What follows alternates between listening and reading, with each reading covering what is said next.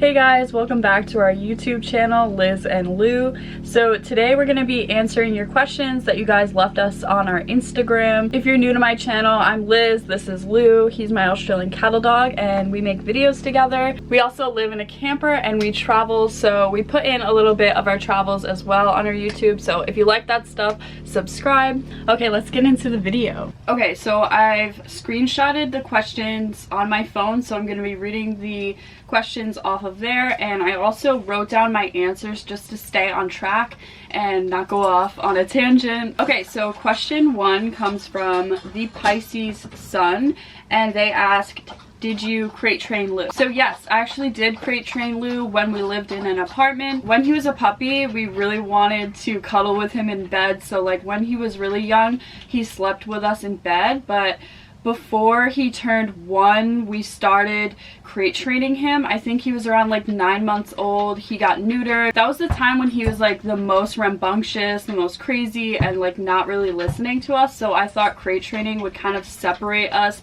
So we started crate training him, and I think that helped a lot with just his respect for us. I think it definitely like divides you between owner and dog, because when they sleep with you, I feel like they start thinking of you as like part of the pack. That's just my opinion. And I wanted to just have a disclaimer that I'm not a dog trainer. All of these answers are from my own experience with Lou. But yeah, now in the camper, we now have, I'll show you.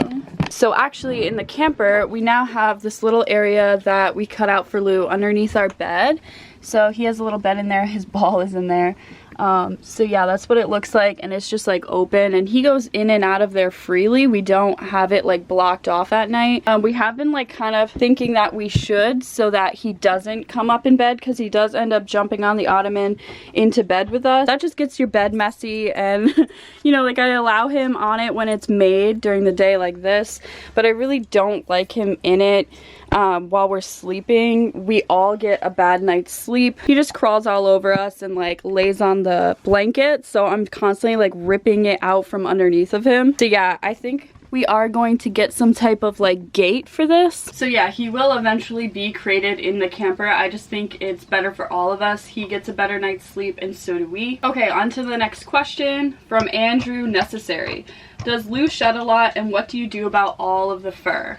Yes, Lou sheds a lot. He's constantly shedding, it seems like, but I really don't brush him out as often as I should, so if I did brush him out more, I think that I would see less fur everywhere on the floor. Things I do about the fur, I have a robot vacuum. I'll show you guys that. This is my Keevil robot vacuum, and I love this thing. It's just nice to be able to put it on as I'm cleaning up the camper, and it cleans while I clean. I don't have to like physically vacuum. It just does its own thing, and it really picks up a lot of like really fine lint and dust and hair. If you have allergies and stuff like that, I highly recommend one of these, because they really just get like those finer dirt particles that your vacuum maybe doesn't pick up, or when you're sweeping you don't pick up. I sweep and then I let this thing run. It cleans up the fur very well. I also use this Furminator brush. It has an ejector to eject the hair, which I like, so it gets caught up in the brush, and then you just press this button and it drops it out of the brush. And I think it gets a lot of his hair really well. He doesn't particularly like it, so I feed him treats while I brush him. He kind of wants to play with it right now. Come here, bub. Up, up, up. Sit. Very good.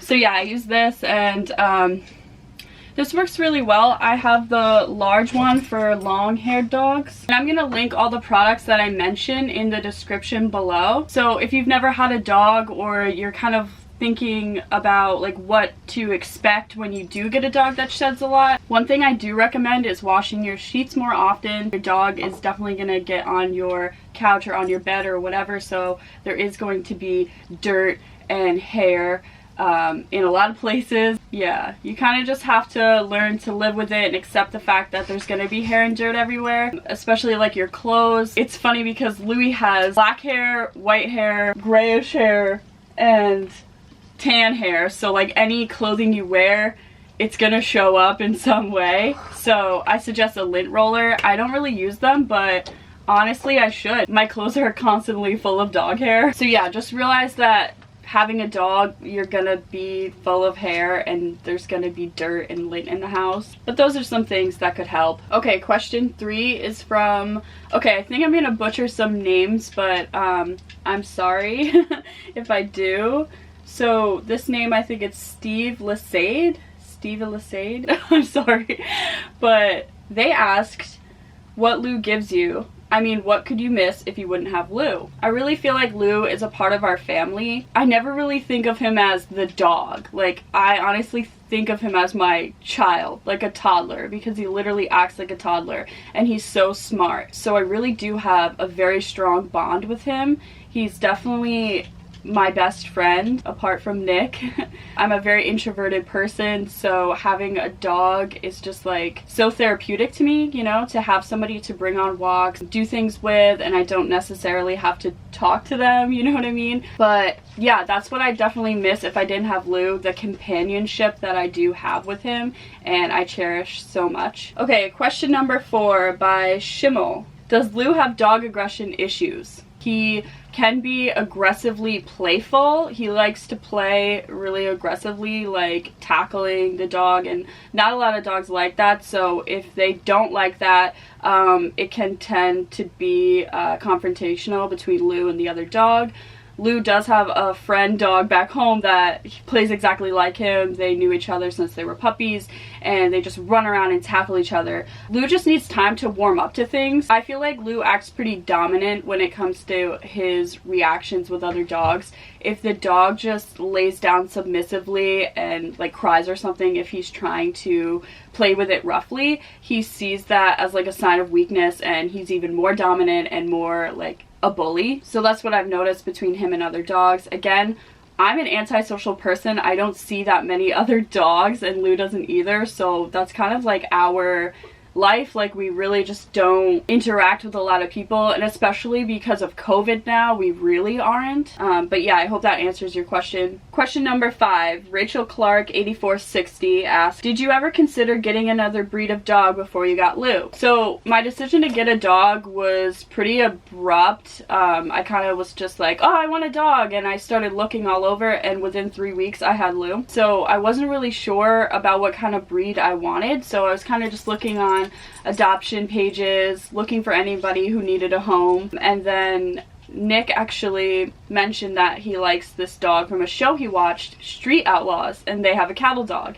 So honestly, that's why we got a cattle dog. We saw that dog on that show and we were like, oh my god, that dog is so beautiful, what is that breed? And then literally we were obsessed with cattle dogs, looking up everything about them, and within a couple of weeks we found Lou, and he was for sale by a private home. I traveled with my mom and got him in Delaware. But anyway, yeah, so I really like herding dogs. I would consider getting a Corgi. I think they're really cute, and since we live in a small home, it would be nice to have a smaller dog than Lou. I really like Australian Shepherds or Border Collies. Honestly, I really like the herding breed. Even though they are really high energy, they're a lot to take care of, I think they're really worth it because they're very smart, endearing animals. Yeah, I think I really will end up with another blue heeler. There's a lot of them up for adoption, a lot of blue heelers out there that need homes, so I think I would end up adopting another blue heeler. Corgis are pretty expensive, so I'd probably have to like go to a private person, like a private breeder, and I don't know if I want to really support that. But who knows? So maybe a Corgi, maybe a Border Collie or Australian Shepherd, something that can keep up with Lou. Okay, on to the next question. Mary Lou. Is Lou neutered? Did you notice any type of changes if he is, positive and or negative? I neutered him at 9 months old, and I honestly didn't see any drastic change in behavior. I also kind of cracked down on his training at that time. Like I said before, I started crate training him more. We were socializing like more frequently. So I think all of those together kind of like really helped out. Not necessarily neutering him did anything with his behavior. Okay, so the next question is from Mandy MC. I have an 8-week-old blue heeler. Should I feed him Blue Buffalo puppy kibble? To that I would respond with consult your vet. I'm not really qualified to say like what dog food is right or not. I use a brand from Tractor Supply. It's called 4Health. It's grain-free. There's like this controversy with grains for dogs. I've read studies that say that grains are good for dogs, and I've also read studies that grains are bad for dogs. So I would just take that into consideration and do your own research. Talk to your vet about what food that they recommend. Okay, question 8 is from Emma Brute. How do I stop my 5-month-old heeler from jumping up at me? So I was gonna ask you, when is your dog jumping at you? When you first get home, when you have food, when you're leaving, like you kind of have to address like when this behavior is happening. And honestly, I would just ignore the dog, push him off and say no. Don't let him do it. It just takes time. The dog is 5 months old, so it's a puppy, it's energetic, maybe it needs to play. It just takes time with dogs. You have to be consistent. Again, puppies are just really energetic and they do stuff like that. If you just push them off and tell them no consistently, they'll stop doing it. And maybe your puppy just needs exercise. Bring them outside and play some fetch, do something, go on a walk, and after they'll probably just lay down and go to sleep. So question 9 is from XX Rhodes 88, and they asked, how difficult was it for you to raise Lou? So Lou was the first dog I've ever owned and trained by myself. I would not recommend blue heelers for first-time dog owners, honestly. I think that it was a very big learning curve. I also don't regret getting Lou, and I really love the breed, and I'm really happy that I did end up getting a blue heeler. I think with easier dogs that are easier to train, easier temperament, I feel like you can kind of be lazy with their training. You don't have to socialize some dogs as much as blue heelers. You don't have to really train them to do what you say because they're not dumb, but you know what I mean. Some dogs are smarter than others. The dogs that are more simple, they're less reactive. You don't have to focus so much on training. I think that you have to be very dedicated to being a dog owner, very active to have this breed. Basically, you have to be more committed, I feel. I feel like blue heelers need more attention in contrast to like a easier dog, like a golden retriever, I'd say would be easier to train just because their temperament is better. And that's just from my own experience and what I've read and learned about dog temperaments. Okay, question number 10 is from Shelby Sayudella. I feel like I shouldn't be pronouncing these names. I'm probably pronouncing them horribly. Okay, so her question was, have you ever tried using a backpack for Lou to carry on walks? And actually, I haven't, but I am looking into trying one, so stay tuned for that. I'm going to be partnering with somebody, and we're going to try out their dog pack, and I'm really excited for that. So question 11 is from Your Local Trash. It's a nice username.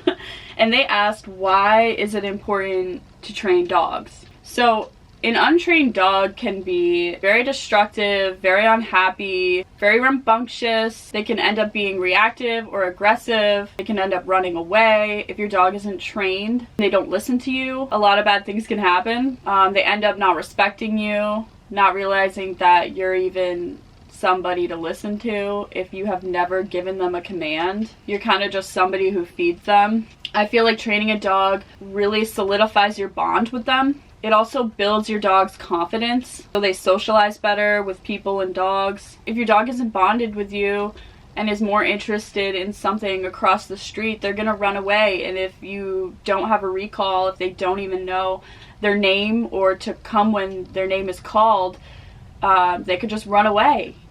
They're kind of like a stray dog if they're not trained. So question number 12 is from Louie the Texas Heeler. Our dogs have the same name. And they asked, I just got a new cattle dog puppy. Would you highly suggest one thing? He is only 3 months. If there's one thing that I'd highly suggest, it's to consistently socialize your blue heeler. Get them used to different people that look different, different dogs, people wearing sunglasses, people wearing hats, old people, young people, babies. Have that be a consistent routine. So a couple days a week, maybe 1 or 2 days a week, go to the park, have the kids pet your puppy. But yeah, it's kind of hard to give socializing advice in this period of time because everybody's social distancing. But I definitely think that's one thing that blue heelers really need consistently. I know I say consistently a lot, but it's really true. If you stop doing it, they could end up being antisocial. Just a little break away from that routine of seeing people can turn them off. That's not true in every case, obviously, but I have read about it happening with other people. Okay, so question 13 is from Good Boy Sterling, and they asked, have you noticed a lot of change in Lou's behavior over the years as he's gotten older? And yes, he has definitely calmed down a lot, especially since he hit like 3 years old. He definitely like chews his bones less. He's kind of like a napper. If we're not on a walk, he's napping in the house. He's literally napping under our desk right now. Oh, come here, bub. Come here. Up, up, up, up, up, up, up. Up, up, up, up, up, up. Oh. He's going under into his little hole. Yeah, so he definitely is less reactive. I think it has to do with us traveling over the last couple years. He was his most rambunctious and craziest from like 7 months to a year old. Question 14 is from Nomad Life. Does Lou bark a lot for a cattle dog? If so, what methods do you use to get him to stop? So Lou really doesn't bark that much, only if somebody is approaching us or our camper, like they knock on the door, things like that. He doesn't really randomly bark unless there is a noise or something he's like looking at. Like he'll bark sometimes if he hears coyotes at night, but we'll just tell him to stop and he quiets down. He doesn't like incessantly bark. Yeah, the only time he really does that is if we're on a walk and someone is literally walks right up to us and is talking to me, and I don't give us social distancing. Like I don't distance me and Lou from the person, which I have mentioned in one of my last videos. Regularly he's pretty quiet. Okay, next question, number 15, is from Devil Healers. That's a funny name. Has Lou been socializing well with other dogs? We really haven't been socializing with anyone or any dogs because of COVID, so that's kind of how I'll answer that one. As we travel, we don't like to socialize with other people right now because of the pandemic, so we're kind of just laying low right now. Okay, so next question is from Andrea DVLA. Best shampoo for Lou's coat. Honestly, I'm trying to find a good shampoo for Lou. I don't really bathe him that often. He doesn't really need to be bathed that often. He has a coat that repels dirt. He really doesn't get stinky unless he literally rolls in something disgusting. I don't wash him that often. I'd say I wash him like 4 times a year, I guess. I'm gonna be trying some new shampoos because he definitely needs a bath. His last bath was like over the summer, but he does go in streams and lakes and stuff, so he does get like washed off. I think shampoos really break down their natural oils. So yeah, like I said, I don't really wash him that often. Leave in the comments below what your favorite shampoos are to answer this question because I really don't have a favorite for Lou. So the next question is from Orion, and he asked, it would be great to go into detail about routines he's establishing and adapting to with life in the travel trailer. So basically Lou's routine really hasn't changed that much. When we were traveling out here on the road trip, that was probably like the biggest change for him because we were driving all day long, so he would just sleep in the van all day. Our second to last stop, we would stop at a Love's gas station, and they have dog parks. Like they just have this little fence that you can bring your dog in,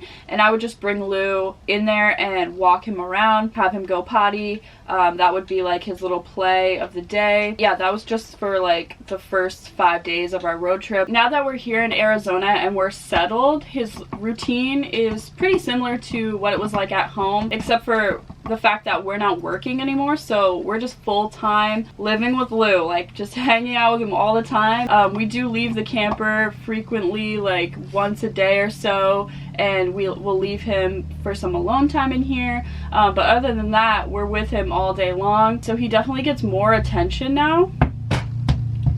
He plays about 1 or 2 times a day, and we try and fit in a little training session as well. After breakfast and dinner, I put him on his harness and I hook him up outside to go to the bathroom. I like to do that because people run by on bikes and he might go after them and chase them, so the harness protects him, so if he were to pull, he wouldn't be like choked by a collar. So yeah, that's just during his potty breaks. I'd say the only thing that has changed for him is the fact that he sees people every day.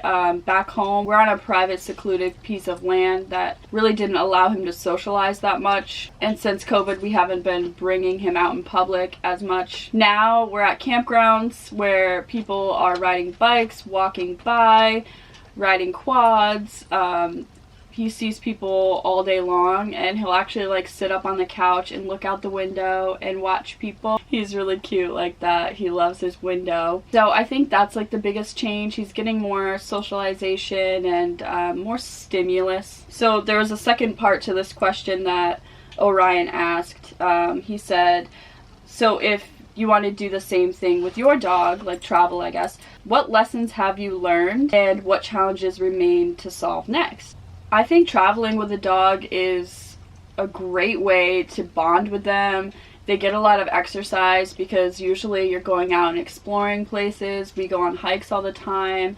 I think it's a really easy thing to do with your dog. Travel gives you a lot of time to think about yourself, your life. Kind of puts a pause on things. Like back in New York, I was working full time. I was involved in society's rat race. You know, you get up, you go every single day, come home, you're exhausted. I had time, but I really didn't have energy after working full time to take care of myself. So going on a trip like this, a little break for the winter, really gives you time to figure out what you want to do next. It really puts a pause on your everyday life. I kind of feel like I just picked myself out of that situation, plopped myself outside of it, so I can really just look at what I was doing in my life, and which of course was working to get to this point. You know, I was working full time to buy a camper to be able to live for free in the winter. But yeah, it kind of just gives you perspective. Doing something like this really gives you courage, self-confidence. I towed the camper with the van for the very first time,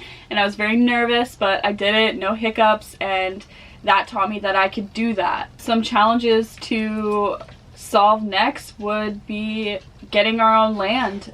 We have our home now, and that's kind of what we're looking forward to. What our next goal is, I guess. So I hope that answered your question. Oh, and there's one more from Marcina. I know I missed it, but what did you do to teach Lou look at me? I taught my girl Jules paw last night, and she got it after 3 tries. Smartest dogs ever. Wow, yeah, they really are so smart. So I basically taught Lou to look at me by taking the treat and putting it on my nose, or like kind of in the center of my face, so he would look at the treat and I would say look at me, and when he looked at this point I would give it to him, and then I would switch up having the treat in this hand, using this hand as a signal hand, and just putting my index finger to my nose or like between my eyes. And once he started looking up here, I would give him the treat from this hand.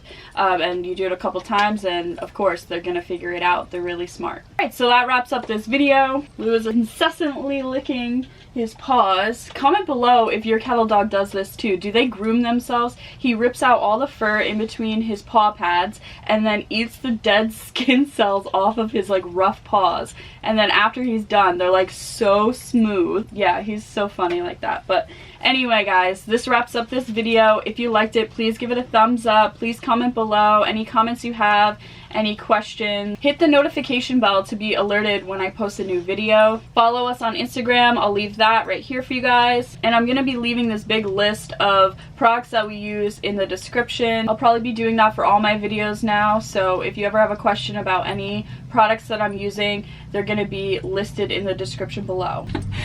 Okay guys, thank you so much for watching. We'll see you in the next video. Bye!